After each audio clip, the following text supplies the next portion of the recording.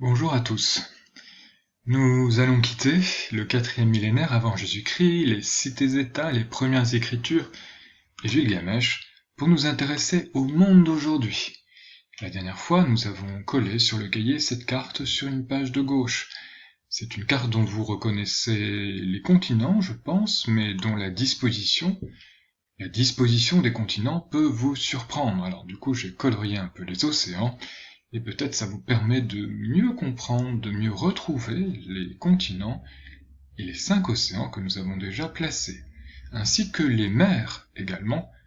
Vous vous souvenez de ces fameuses 5 mers que je montre rapidement, que nous avons rencontrées autour du Proche-Orient.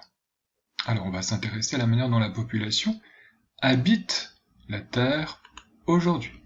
Sur la page de droite, juste en face de la carte, voici le titre que je vais vous demander d'écrire, le monde habité par les hommes.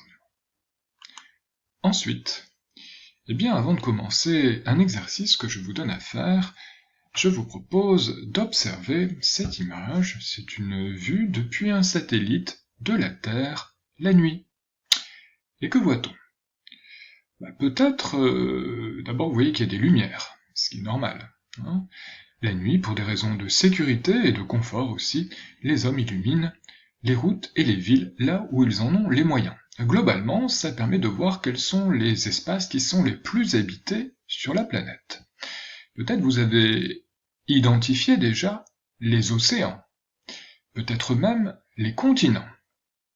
Alors les océans, ce sont les espaces, les océans et les mers, sont les espaces qui sont d'un bleu là, très sombre. Alors, si je montre là sur, voilà ici, hop, les petits cercles jaunes, là ici ces petits repères, 1, 2 et 3, correspondent à 3 océans. Peut-être vous avez compris lesquels c'était. Parce qu'on peut deviner un petit peu ce continent parce qu'il est très bien illuminé, et on peut identifier de quel continent il s'agit. Après, j'ai mis 4 petits losanges jaunes, enfin 5 plutôt, qui correspondent aux 5 mers du Proche-Orient. Voilà. Donc du coup, ça permet peut-être un peu mieux de reconnaître les continents, de reconnaître les océans. Alors, les continents, justement, hop, les voici, je les identifie avec des lettres. E, A, ici on en voit un tout petit morceau, A ici, et puis le grand continent ici, A également. Voilà.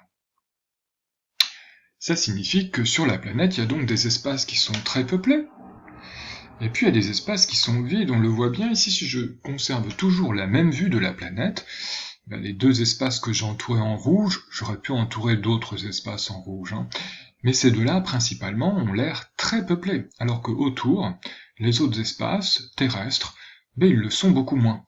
Donc on va s'intéresser à la raison, les raisons pour lesquelles les hommes habitent plutôt certains lieux et moins d'autres lieux. Il y a là de nombreuses raisons qu'on va avoir l'occasion passionnante d'étudier. Là, je montre une autre vue de la planète la nuit, à nouveau, et vous reconnaissez là le continent, là ici, qu'on voyait bien tout à l'heure, avec le continent qui se trouve au sud, immense, et puis toujours les 5 mers là qui sont là, ici et là. Alors ce continent est quand même peuplé, mais il se trouve que il y a beaucoup de pays, beaucoup de populations qui n'ont pas les moyens d'électrifier la nuit certains espaces. Alors, nous on va s'intéresser dans l'exercice que je vais vous donner à faire à cette partie du monde. Peut-être vous la reconnaissez, cette partie du monde. Dans cette partie du monde, on va s'intéresser au pays qui est entouré ici en vert, et peut-être vous identifiez bien les 2 océans, ici et là.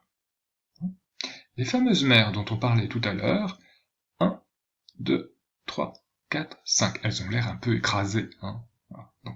Donc on va s'intéresser à ce pays-là, parce qu'on voit qu'il y a une partie de ce pays où il y a des lumières, et une autre partie où il n'y a quasiment rien. Pourquoi?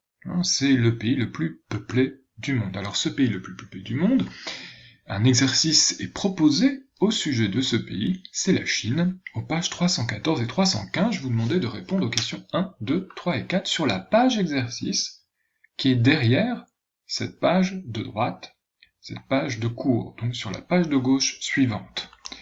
Cet exercice se présente comme ça, vous verrez dans le livre, sur le manuel d'histoire-géographie. Vous allez faire les questions 1, 2, 3 et 4, avec un petit tableau. Pour la question 4, vous ne faites pas la question 5. Pour la question 1, vous voyez, on vous demande d'aller voir un planisphère, page 294, on utilise le mot foyer, ici. C'est cette carte-là que vous irez voir, hop. Vous lirez un petit peu le mot foyer, il est utilisé plusieurs fois, et vous comprendrez ce dont il s'agit. Et puis pour les autres questions, on vous indique les documents utilisés, document 1, document 2, puis pour le tableau, les documents 2 à 5. Ça devrait aller, hein. Ça c'est le document 1, voilà.